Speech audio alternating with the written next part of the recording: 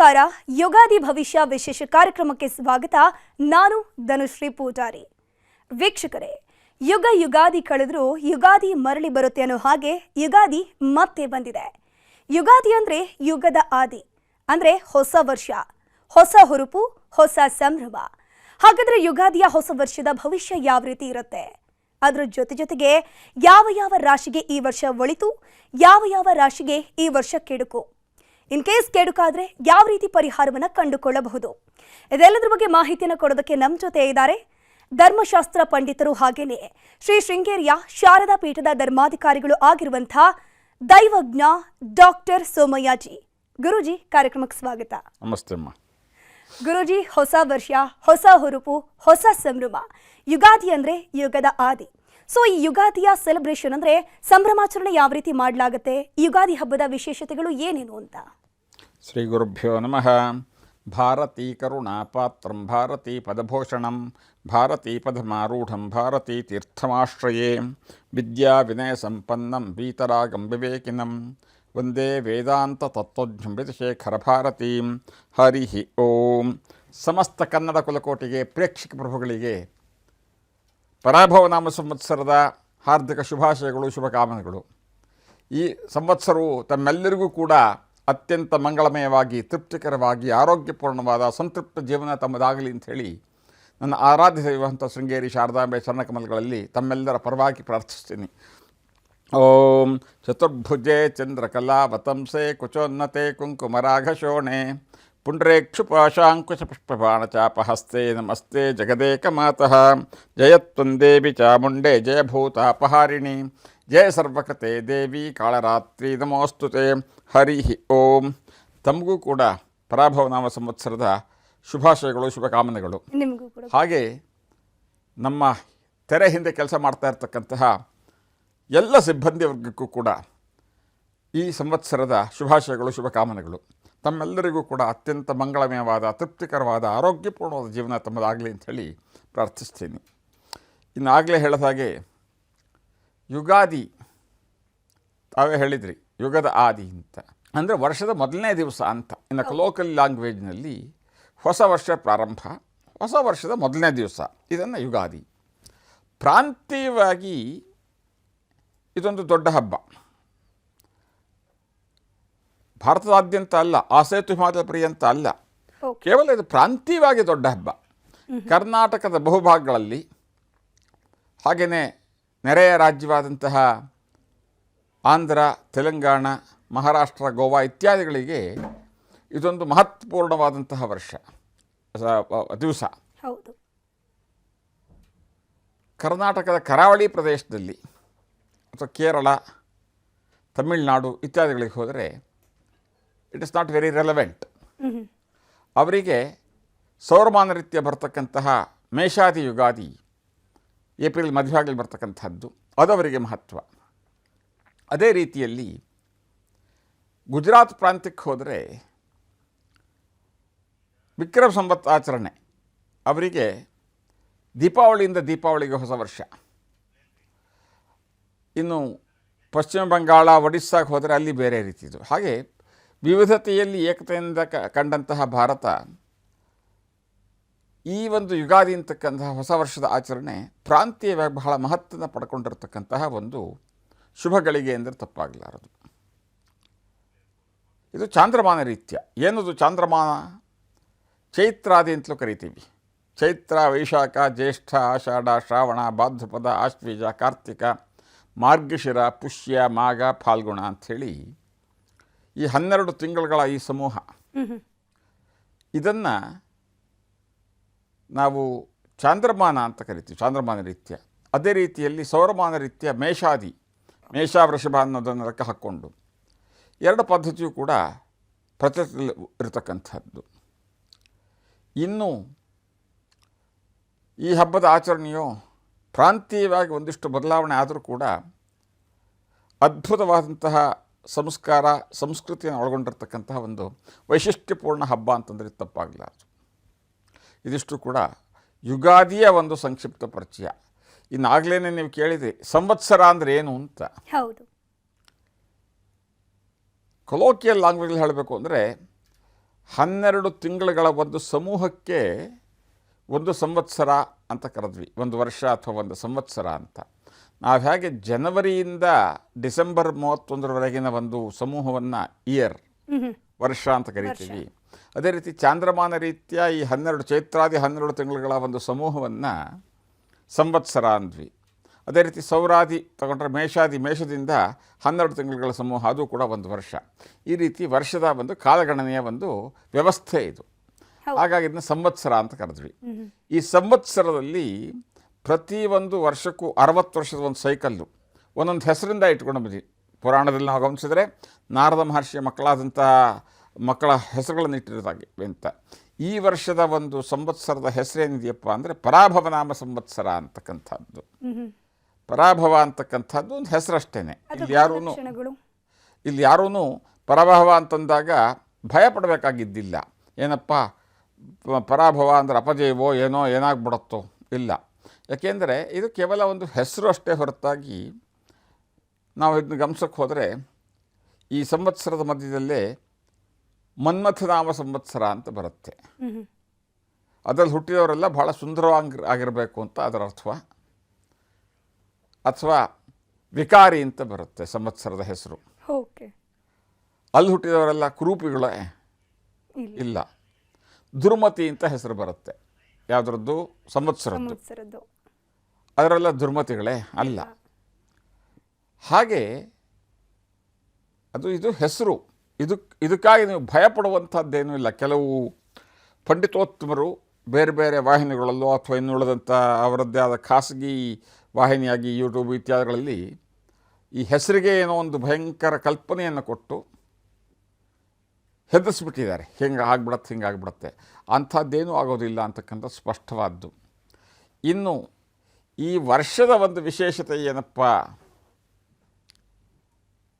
2 ದೊಡ್ಡದಾದಂಥ ವಿಶೇಷತೆ ಕೊಟ್ಟಿರತಕ್ಕಂಥ ಒಂದು ಅದ್ಭುತವಾದ ವರ್ಷ ಅಂದರೆ ತಪ್ಪಾಗಲಾರದು.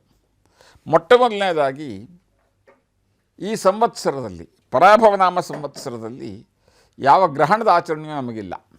ಗ್ರಹಣ ಇಲ್ವಾ? ಗ್ರಹಣ ಇಲ್ಲದೆ ಇರತಕ್ಕಂಥ ವರ್ಷ ಇದು. ಎಲ್ಲೋ ಏನೋ ಗ್ರಹಣ ಆಗತ್ತೆ, ಅದಕ್ಕೆ ಇನ್ಯಾರೋ ಚಾನಲ್ಗಳು ಕೂತ್ಕೊಂಡೇನೋ ಅಲ್ಲೆಲ್ಲೋ ಗ್ರಹಣ, ಇಲ್ಲೆಲ್ಲೋ ಇದಾಗ್ತಾ ಇದೆ, ಅದಕ್ಕೆ ನಾವು ಶಾಂತಿ ಮಾಡಬೇಕು, ಇಲ್ಲಿ ಪುಷ್ಟಿ ಮಾಡಬೇಕು ಅಂತ ಹೇಳಬೇಕೇ ಹೊರತಾಗಿ ಗ್ರಹಣ ಇಲ್ಲ ನಮಗೆ. ಇಲ್ಲಿ ಭಾರತದಲ್ಲಿ ಗೋಚರವಾಗ್ತಕ್ಕಂಥ ಗ್ರಹಣದ ಆಚರಣೆ ಇಲ್ಲ, ಈ ಸಂವತ್ಸರದಲ್ಲಿ ಬರೋದಿಲ್ಲ. ಅದು ಸ್ಪಷ್ಟವಾಗಿ ಗಮನಿಸಬೇಕಾದ್ದು. ಎರಡನೇದಾಗಿ ನಾನು ಆಗಲೇ ಹೇಳಿದೆ 12 ತಿಂಗಳುಗಳ ಒಂದು ಸಮೂಹವನ್ನು ಸಂವತ್ಸರ ಅಂತ ಕರೆದ್ವಿ ಅಂತ. ಆದರೆ ಈ ವರ್ಷ 13 ತಿಂಗಳಿಂದ ಕೂಡಿರ್ತಕ್ಕಂಥ ವರ್ಷ ಇದಾಗಿದೆ. ವಿಶೇಷತೆಯ ವರ್ಷ. ಜ್ಯೇಷ್ಠ ಮಾಸ ಅಧಿಕವಾಗಿ ಬರುತ್ತೆ. ಅಧಿಕ ಮಾಸ ಬರೋದರಿಂದ ಚೈತ್ರ, ವೈಶಾಖ, ಅಧಿಕ ಜ್ಯೇಷ್ಠ, ನಿಜ ಜ್ಯೇಷ್ಠ ಅಂತ ಲೆಕ್ಕ ಹಾಕ್ಕೋಬೇಕಾಗತ್ತೆ. ಅಂದರೆ 13 ತಿಂಗಳುಗಳ ಒಂದು ಸಮೂಹ ಆಗಿದೆ ಈ ವರ್ಷ, ಈ ಸಂವತ್ಸರ. ಇದೇ ರೀತಿಯಲ್ಲಿ ಕೆಲವು ಸಂದರ್ಭಗಳಲ್ಲಿ 11 ತಿಂಗಳಿಗೆ ಒಂದು ವರ್ಷ ಆಗ್ತಕ್ಕಂಥದ್ದು ಉಂಟು ನಮ್ಮಲ್ಲಿ. 11 ತಿಂಗಳಿಗೂ ಕೂಡ. ಸಾಧಾರಣವಾಗಿ 12 ತಿಂಗಳುಗಳ ಸಮೂಹಕ್ಕೆ ಒಂದು ವರ್ಷ ಸಂವತ್ಸರ ಅಂತ ಕರೆದ್ರೂ ಕೂಡ ಈ ಅಧಿಕ ಮಾಸ ಬಂದಾಗ ಅಥವಾ ಈ ಶೂನ್ಯ ಮಲಮಾಸ ಬಂದಾಗ ಆ ತಿಂಗಳುಗಳೇ ಇಲ್ಲದೆ ಇರತಕ್ಕಂಥದ್ದು ಅಥವಾ ಒಂದು ತಿಂಗಳು ಅಧಿಕವಾಗಿ ಬರ್ತಕ್ಕಂಥದ್ದು.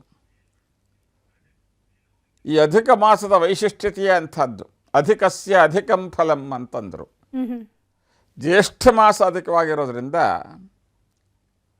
ಆ ಜಗತ್ ರಕ್ಷಕನಾದಂತಹ ಶ್ರೀಮನ್ನಾರಾಯಣನ, ವಿಷ್ಣುವಿನ ಆರಾಧನೆಗೆ ಬಹಳ ಪ್ರಶಸ್ತವಾದಂತಹ ಮಾಸ ಇದಾಗಿರುತ್ತೆ. ಯಾರೂ ಭಯಪಡಬೇಕಾಗಿದ್ದಿಲ್ಲ. ಏನಪ್ಪ ಇದು ಬರಗಾಲದಲ್ಲಿ ಅಧಿಕ ಮಾಸ ಅನ್ನೋ ಥರದಲ್ಲಿ ಈ ವರ್ಷ ಅಧಿಕವಾಗಿಬಿಟ್ಟಿದೆಯಲ್ಲ ಅಂತ. ಇದೊಂದು ಶುಭ ಸಮಾಚಾರ ಅಂತ ತಿಳ್ಕೊಳ್ಬೇಕಾಗತ್ತೆ. ಆ ಜಗದ್ರಕ್ಷಕನಾದ, ಜಗನ್ನಿಯಾಮಕನಾದ, ಜಗದೀಶ್ವರನಾದ, ಜಗತ್ವಡೆಯನಾದಂತಹ ಶ್ರೀಮನ್ನಾರಾಯಣನ ಆರಾಧನೆ, ಲಕ್ಷ್ಮೀನಾರಾಯಣರ ಆರಾಧನೆಗೆ ಅತ್ಯಂತ ಪ್ರಶಸ್ತವಾದಂತಹ ಸಮಯ ಈ ಅಧಿಕ ಮಾಸ. ಅಧಿಕಸ್ಯ ಅಧಿಕಂ ಫಲಂ ಅಂಥೇಳಿ. ಇನ್ನಾಗಲೇ ಒಂದಿಬ್ಬರು ನಮ್ಮ ಈ ವಾಹಿನಿಯ ಮುಖಾಂತರ ನನಗೆ ಕೆಲವು ಪ್ರಶ್ನೆಗಳನ್ನು ಮುಂದಿಟ್ಟರು. ಏನಪ್ಪ ಪಾಪ ಅವರು ನಿರೀಕ್ಷಣೆಯಲ್ಲಿ ಇರ್ತಕ್ಕಂಥ ತಾಯಿಯಂದರು. ಮುಂದಿನ ಒಂದು 2-3 ತಿಂಗಳುಗಳಲ್ಲಿ ಅವರು ಶಿಶು ನಿರೀಕ್ಷಣೆಯಲ್ಲಿರ್ತಕ್ಕಂಥವ್ರು. ಈ ಅಧಿಕ ಮಾಸದಲ್ಲಿ ಮಕ್ಕಳು ಹುಟ್ಟುಬಿಟ್ರೆ ಅವರದ್ದು ಹುಟ್ಟಿದಬ್ಬ ಆಚರಣೆ ಮಾಡೋದು ಹೇಗೆ ನಮ್ಮ ಸಂಪ್ರದಾಯ ರೀತಿಯ, ಏನು ಅದು ಕೆಡಕ್ಕೆ ಒಳ್ಳೆಯದೇ, ಹಾಗೆ ಹೀಗೆ ಇತ್ಯಾದಿ ಇತ್ಯಾದಿ. ಹುಟ್ಟು ಸಾವು ಎರಡು ಪ್ರಕೃತಿಯ ನಿಯಮ. ಹೌದು. ಅದೇ ರೀತಿಯಲ್ಲಿ ಅಧಿಕ ಮಾಸವೂ ಕೂಡ ಈ ವ್ಯವಸ್ಥೆಯಲ್ಲಿ ಇರ್ತಕ್ಕಂಥ ಅಳವಡಿಸ್ಕೊಂಡಿರ್ತಕ್ಕಂಥ ಒಂದು ನಿಯಮ. ಇದು ಯಾವುದಕ್ಕೂ ಕೂಡ ನಾವು ಭಯ ಪಡದೇನೆ ಒಳ್ಳೆಯ ಮನಸ್ಸಿನಿಂದ ಭಗವಂತನ ಸ್ಮರಣೆ ಮಾಡಿಕೊಂಡಿದ್ದರೆ ಸಾಕಾಗತ್ತೆ. ಅಲ್ಲಿ ಭಯ ಪಡುವಂಥದ್ದೇನೂ ಇಲ್ಲ. ಈ ವರ್ಷದ ಒಂದು ಸಂಕ್ಷಿಪ್ತವಾದಂಥ ವೈಶಿಷ್ಟ್ಯತೆ ಏನಪ್ಪ ಅಂದರೆ ಅಧಿಕ ಮಾಸ ಮತ್ತು ಗ್ರಹಣ ಇಲ್ಲದೆ ಇರತಕ್ಕಂಥದ್ದು.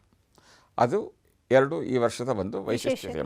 ಗುರೂಜಿ, ಈಗ ವಿಶ್ವದಲ್ಲಿ ತುಂಬಾ ಜನರಿಗೆ ಏನಪ್ಪ ಅಂತಂದ್ರೆ ಜನವರಿ 1 ಅಂದರೆ ಹೊಸ ವರ್ಷ.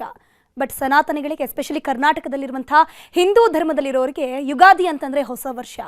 ಸೊ ಈ ಹೊಸ ವರ್ಷದ ಭವಿಷ್ಯ ಯಾವ ರೀತಿ ಇರುತ್ತೆ ಅಂತ? ವಿಶ್ವದ ಬಹುಭಾಗಗಳಲ್ಲಿ, ವಿಶ್ವಾದ್ಯಂತ ಅಂದರೆ ತಪ್ಪಾಗಲಾರದು, ಈ ವ್ಯವಸ್ಥೆ ಇತ್ತೀಚಿನ ಕಳೆದ ಕೆಲವು 200-400 ವರ್ಷಗಳಿಂದ ಈಚೆಗೆ ಜನವರಿ 1ರಿಂದ ಡಿಸೆಂಬರ್ 31ರವರೆಗಿನ ಕಾಲವನ್ನು ವರ್ಷ ಅಂತ ಪರಿಗಣನೆ ಮಾಡಿ ಅದನ್ನೇ ಆಚರಣೆ ಮಾಡಿಕೊಳ್ತಾರೆ ವ್ಯವಹಾರಕ್ಕೆ. ನಮ್ಮ ಸನಾತನ ಧರ್ಮದವರು ಕೂಡ ವ್ಯವಹಾರಗಳಿಗೆ ಅವರು ಜನವರಿ 1 ಅಥವಾ ಜನವರಿ, ಫೆಬ್ರವರಿ, ಮಾರ್ಚ್ ಇದನ್ನು ಉಪಯೋಗಿಸ್ತಾರೆ ಹೊರತಾಗಿ ಆಶ್ವೀಜ ಮಾಸದ ಕೃಷ್ಣ ಪಕ್ಷದ ತ್ರಯೋದಶಿ ದಿವಸ ಅಂಥೇಳಿ ಕಾಗದ ಪತ್ರ ಡಾಕ್ಯುಮೆಂಟು ಮಾಡೋದಿಲ್ಲ. ಚೆಕ್ ಬರೆದು ಕೊಡಬೇಕಾದ್ರೆ 19ನೇ ತಾರೀಕು ಮಾರ್ಚ್ 2026 ಅಂತ ಬರಿತೇವೆ ಹೊರತಾಗಿ ವಿಶ್ವಾವಸುನಾಮ ಸಂವತ್ಸರದ ಚೈತ್ರ ಶುದ್ಧ ಪಾಡ್ಯ ಅಂತ ಚೆಕ್ ಮೇಲೆ ಬರೆಯೋಕ್ಕೆ ಬರೋದಿಲ್ಲ. ಅದು ಬರೆದ್ರೆ ಅಕ್ಸೆಪ್ಟ್ ಆಗೋದಿಲ್ಲ. ಆದ್ದರಿಂದ ವ್ಯಾವಹಾರಿಕವಾಗಿ ಅದಿದೆ, ಧಾರ್ಮಿಕವಾಗಿ ಭಾವನಾತ್ಮಕವಾಗಿ ಇದಿದೆ ಹೊಸ ವರ್ಷ ಅಂತಕ್ಕಂಥ. ನಾನು ಹೊಸ ವರ್ಷಕ್ಕೆ ಜನವರಿ ಪ್ರಾರಂಭದಲ್ಲಿ ಯಾರಾದರೂ ಪರಿಚಿತರು, ಸ್ನೇಹಿತರು, ಬಂಧುಗಳು ಸಿಕ್ಕಿದಾಗ ವಿಶ್ ಹ್ಯಾಪಿ ನ್ಯೂ ಇಯರ್ ಅಂದರೆ, ಗುರೂಜಿ ನೀವು ಹೊಸ ವರ್ಷ ಶುಭಾಶಯ ಹೇಳೋದಾ ಅಂತ. ಇನ್ನಷ್ಟು ಮಡಿವಂತರು ನಮಗೂ ಸಂಬಂಧ ಇಲ್ಲ. Tradition and technology need to be revised and updated. Flow ಜೊತೆಗೆ ಹೋಗುವಂಥ ಒಂದು ವ್ಯವಸ್ಥೆ, ವ್ಯವಧಾನ ನಮಗಿರಬೇಕು. ಹೌದು. ವಿಶ್ವಾದ್ಯಂತ ಅಪ್ಕೊಂಡಿರ್ತಕ್ಕಂತಹ ಈ ಕ್ರೈಸ್ತಶಕ ವರ್ಷವನ್ನು ನಾವೊಬ್ಬರು ಅದರಲ್ಲಿ ಸೇರ್ಕೊಳ್ಳೋದಿಲ್ಲ ಅಂತಂದರೆ ವಿ ವಿಲ್ ಬಿ ಔಟ್ಕಾಸ್ಟೆಡ್, ಔಟ್ಡೇಟೆಡ್. ಹೌದು. ಅದನ್ನು ಒಪ್ಕೊಳ್ಳಿ, ಇದನ್ನು ಒಪ್ಕೊಳ್ಳಿ, ಇದನ್ನು ಬಿಡಬೇಡಿ, ಅದನ್ನು ಬಿಡಬೇಡಿ, ಎರಡನ್ನೂ ಸಮಾನಾಂತರದಿಂದ ತಗೊಂಡು ಹೋಗಿ ಅಂತಕ್ಕಂಥದ್ದು ನನ್ನ ಸ್ಪಷ್ಟವಾದಂತಹ ಸಂದೇಶ ಈ ಸಂದರ್ಭದಲ್ಲಿ. ಇನ್ನು ಈ ಯುಗಾದಿ ಹಬ್ಬದ ಆಚರಣೆಯ ಬಗ್ಗೆ ನೀವು ಕೇಳಿದ್ರಿ, ಆಚರಣೆಯ ವಿಧಿವಿಧಾನ ಎಂತು. ಹೌದು. ಎಲ್ಲ ಹಬ್ಬಗಳಿಗೂ, ಅದರಲ್ಲೂ ಮುಖ್ಯವಾಗಿ ಈ ಒಂದು ಹೊಸ ವರ್ಷದ ಆಚರಣೆಗೆ ಕೆಲವಷ್ಟು ಪದ್ಧತಿ, ಪರಂಪರೆ, ಸಂಪ್ರದಾಯ ಉಂಟು. ಶಾಸ್ತ್ರ ಅಲ್ಲ ಇದು, ಪದ್ಧತಿ. ಇದನ್ನು ಅದಕ್ಕೆ ಹೇಳಿದೆ, ಪದ್ಧತಿ, ಪರಂಪರೆ ಇದಕ್ಕುಂಟು. ಹೌದು. ಸಂಪ್ರದಾಯ ಉಂಟು. ಏನಪ್ಪ? ಮೊದಲನೇದಾಗಿ ಮನೆಯನ್ನು ತಳಿರು ತೋರಣಗಳಿಂದ ಸಿಂಗರಿಸ್ತಕ್ಕಂಥದ್ದು. ಮಾವಿನ ಸೊಪ್ಪಿನ ತೋರಣವನ್ನು ಮನೆ ಮುಂದೆ ಕಟ್ಟಿ, ದೇವ್ರ ಮನೆ ಮುಂದೆ ಕಟ್ಟಿ, ಬೇವಿನ ಟೊಂಗೆಯನ್ನು 2 ಕಡೆ ಸಿಕ್ಕಿಸಿ, ಮನೆ ಮುಂದೆ ಶುದ್ಧವಾದಂತಹ ಹಸುವಿನ ಸಗಣಿ ಮತ್ತು ನೀರನ್ನು ಮಿಶ್ರಣ ಮಾಡಿ ಆ ಮನೆ ಮುಂದೆ ಸ್ವಚ್ಛ ಮಾಡಿ ರಂಗೋಲಿಯನ್ನು ಹಾಕ್ತಕ್ಕಂಥದ್ದು. ಇಲ್ಲಿ ನಾನು ಪ್ರೇಕ್ಷಕ ಪ್ರಭುಗಳಿಗೆ, ನನ್ನ ಅಭಿಮಾನಿ ಅನ್ನದಾತರು ಹೇಳಬೇಕಾದಂಥದ್ದು, ತೋರಣ ಅಂದಾಗ ಇವತ್ತಿನ ಬಹುಭಾಗ ಜನರು, ಬಹುತೇಕರು, ಅದು ಪಟ್ಟಣ ಪ್ರದೇಶಗಳಲ್ಲಂತೂ 80-90% ಜನ ತೋರಣ ಹಾಕೋದು ಅಂತಂದರೆ ಯಾವುದೋ ಒಂದು ಅಂಗಡಿಯಿಂದ ಪ್ಲಾಸ್ಟಿಕ್ ತೋರಣ, ಹಸಿರು ಎಲೆದು ಎಲ್ಲೋ ಚೈನಾದಿಂದ ಬಂದಿರುತ್ತೆ, ಅಂತಂದು ಹಾಕ್ಬಿಡ್ತಾರೆ. 15 ರೂಪಾಯಿಗೆ ಒಂದು ಕೊಟ್ಬಿಡ್ತಾನೆ. ಇದು ಬಹಳ ಕೆಟ್ಟ ಅಭ್ಯಾಸ. ತೋರಣಕ್ಕೆ ಶಾಸ್ತ್ರ ಇನ್ನು ಕೆಲವರು ಮಾವಿನ ಸೊಪ್ಪು ಸಿಕ್ಕಿಲ್ಲ ಅಂತ ಇನ್ಯಾವುದೋ ಸೊಪ್ಪು ಹಾಕ್ಬಿಡೋದು. ಬೆಳೆದಲೆ ಸೊಪ್ಪು ಏನೋ ಹಸಿರು ಇರಬೇಕು. ಏನನ್ನೋ ಮಾಡುವಂಥದ್ದು ನಮ್ಮ ಶಾಸ್ತ್ರ, ಸಂಪ್ರದಾಯ, ಪದ್ಧತಿ, ಪರಂಪರೆ ಯಾವುದೂ ಒಪ್ಕೊಳ್ಳೋಕೆ ತಯಾರಿಲ್ಲ. ಕ್ಷೀರವೃಕ್ಷದ ಎಲೆಯೇ ಆಗಿರಬೇಕು ಅಂತ ಹೇಳುತ್ತೆ ಶಾಸ್ತ್ರದಲ್ಲಿ. ಅಂದರೆ ಮಾವಿನ ಸೊಪ್ಪೇ ಆಗಬೇಕು. ಅಂದರೆ ಆ ವೃಕ್ಷವನ್ನು ನಾವು ಟೊಂಗೆ ಹೇಗೆ ಮುರಿದಾಗ ಅದರಲ್ಲೊಂದು ಬಿಳಿ ದ್ರವ ಬರುತ್ತೆ. ಅದೇ ಆಗಬೇಕೇ ಹೊರತಾಗಿ ಯಾವ್ಯಾವುದನ್ನೆಲ್ಲ ನೀವು ತೋರಣ ಕಟ್ಟಕ್ಕೆ ಬರೋದಿಲ್ಲ. ಆ ಮಾವಿನ ಎಲೆ ಮತ್ತು ಬೇವಿನ ಎಲೆಯಲ್ಲಿ ವಾತಾವರಣದಲ್ಲಿ ಹೆಚ್ಚಿನ ಆಮ್ಲಜನಕವನ್ನು ಉತ್ಪಾದಿಸ್ತಕ್ಕಂಥ ಒಂದು ಸಾಮರ್ಥ್ಯ ಇದೆ. ಜೊತೆಗೆ ಅಲ್ಲಿ ಇರ್ತಕ್ಕಂಥ ಕೆಲವಷ್ಟು ಕ್ರಿಮಿಕೀಟಗಳನ್ನು ತಡೆದು ಮನೆಯ ವಾತಾವರಣವನ್ನು ಇನ್ನಷ್ಟು ಆರೋಗ್ಯಪೂರ್ಣ ಮಾಡತಕ್ಕಂಥ ಸಾಮರ್ಥ್ಯ ಇರೋದ್ರಿಂದ ಅದಕ್ಕೆ ಮಹತ್ವ ಕೊಟ್ಟರು ಈ ಬೇಸಿಗೆ ಕಾಲದಲ್ಲಿ. ಇದ್ರ ಹಿಂದಿರ್ತಕ್ಕಂಥದ್ದು. ಆ ತೋರಣ ಕಟ್ಟಿ ಇನ್ನು ರಂಗೋಲೆ ಅಂತಂದಾಗ ಅದೇ ರೀತಿ ಯಾವುದು ಅಂಗಡಿಲಿ ಸಿಗ್ತಕ್ಕಂಥ ಪ್ಲಾಸ್ಟರ್ ಸ್ಟಿಕ್ಕರ್ ತಂದು ಅಂಟಿಸ್ಬಿಡೋದು.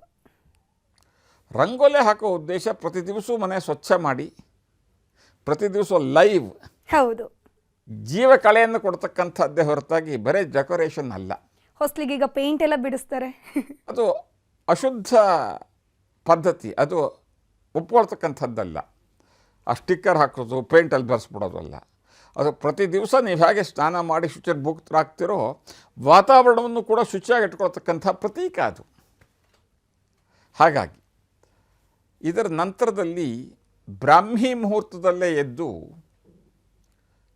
ಬ್ರಾಹ್ಮಿ ಮುಹೂರ್ತ ಸೂರ್ಯೋದಯಕ್ಕೂ ಬಹಳ ಮುಂಚೆನೇ ಎದ್ದು ಶುಚಿರ್ಭೂತರಾಗಿ ಅಭ್ಯಂಗ ಸ್ನಾನ ಅಂತಂದರು ಶಾಸ್ತ್ರದಲ್ಲಿ. ತಲೆಗೆ ಎಣ್ಣೆ ಅಥವಾ ತುಪ್ಪವನ್ನು ಹಾಕ್ಕೊಂಡು ಅಭ್ಯಂಗ ಸ್ನಾನ, ಅಥವಾ ಶಕ್ತರು ಮತ್ತು ಸಾಧ್ಯ ಇರತಕ್ಕಂಥವರು ನದಿ ಸ್ನಾನ, ಸಂಗಮ ಸ್ನಾನ, ಸಾಗರ ಸ್ನಾನ ಇತ್ಯಾದಿಗಳಿಗೆ ಶಾಸ್ತ್ರದಲ್ಲಿ ಅವಕಾಶ ಉಂಟು. ಅದನ್ನು ಮಾಡಿ ನಂತರದಲ್ಲಿ ಯುಗಾದಿ ಹಬ್ಬದ ದಿವಸ ನೂತನ ವಸ್ತ್ರಧಾರಣೆ ಆಗಬೇಕು. ನೂತನ ವಸ್ತ್ರ ಅಂದಾಗ ಕೆಲವು ಕುಚೋದ್ಯಗಳು ಒಂದು ಮಾತು ಹೇಳಿದರು, ನಾವು ಬಡವರು ಹೊಸ ಬಟ್ಟೆ ತರಬೇಕು ಅಂತಂದರೆ ಎಲ್ಲ ಆಗತ್ತೆ. ಬಡತನಕ್ಕೂ ಹೊಸ ಬಟ್ಟೆಗೂ ಸಂಬಂಧ ಇಲ್ಲ. ಇದೊಂದು ಮೂಲಭೂತ ಆದಂಥ ಅವಶ್ಯಕತೆ. ಎಷ್ಟೇ ಬಡವರಾದರೂ ವರ್ಷಕ್ಕೊಂದು ಹೊಸ ಬಟ್ಟೆ ಹಾಕೊಳ್ಳುವಂಥ ಸಾಮರ್ಥ್ಯ ಇದ್ದೇ ಇರುತ್ತೆ. ಆ ಸಾಮರ್ಥ್ಯ ಇಲ್ಲದೇ ಇದ್ದವ್ರು ನಿಜವಾಗ್ಲೂ ಈ ಪ್ರಶ್ನೆ ಕೇಳೋ ಸಾಮರ್ಥ್ಯ ಅವ್ರಿಗೆ ಇರೋದಿಲ್ಲ. ಆ ಹೊಸ ಬಟ್ಟೆ ಧರಿಸ್ಕೊಂಡು ಹಣೆಗೆ ಅವರವರ ಪದ್ಧತಿಗೆ ಅನುಗುಣವಾದಂತಹ ತಿಲಕ ಧಾರಣೆ, ವಿಭೂತಿಯೋ ಕುಂಕುಮವೋ ನಾಮ ಹಾಕ್ಕೊಳ್ಳೋದು, ಅಕ್ಷತೆ ಹಾಕ್ಕೊಳ್ಳೋದು ಅವರವರ ಪದ್ಧತಿ, ಪ್ರಾಂತೀಯವಾಗಿ ಒಪ್ಪಿಕೊಂಡಂಥ ಅವರವರ ಪದ್ಧತಿಗೆ ಅನುಸಾರವಾಗಿ ಸಂಪ್ರದಾಯಕ್ಕೆ ಅನುಗುಣವಾಗಿ ತಿಲಕ ಧಾರಣೆ. ಇನ್ನು ಹೆಣ್ಮಕ್ಳಾಗಿದ್ದರೆ ಒಂದಿಷ್ಟು ಆಭರಣವೂ ಕೂಡ ಹಾಕ್ಕೋಬೇಕವತ್ತು ಅಂತ. ನಂತರದಲ್ಲಿ ಅವರವರ ಇಷ್ಟ ದೇವತಾ ಪೂಜೆ, ನಿತ್ಯ ಮಾಡ್ತಕ್ಕಂಥ ದೇವತಾ ಪೂಜೆ. ನಂತರದಲ್ಲಿ ಕುಲದೇವತಾ ಪೂಜೆ, ಇಷ್ಟ ದೇವತಾ ಕುಲದೇವತಾ ಪೂಜೆಯನ್ನು ಮಾಡಿ ವಿಧಿಪೂರ್ವಕವಾಗಿ ಅದರ ನಂತರದಲ್ಲಿ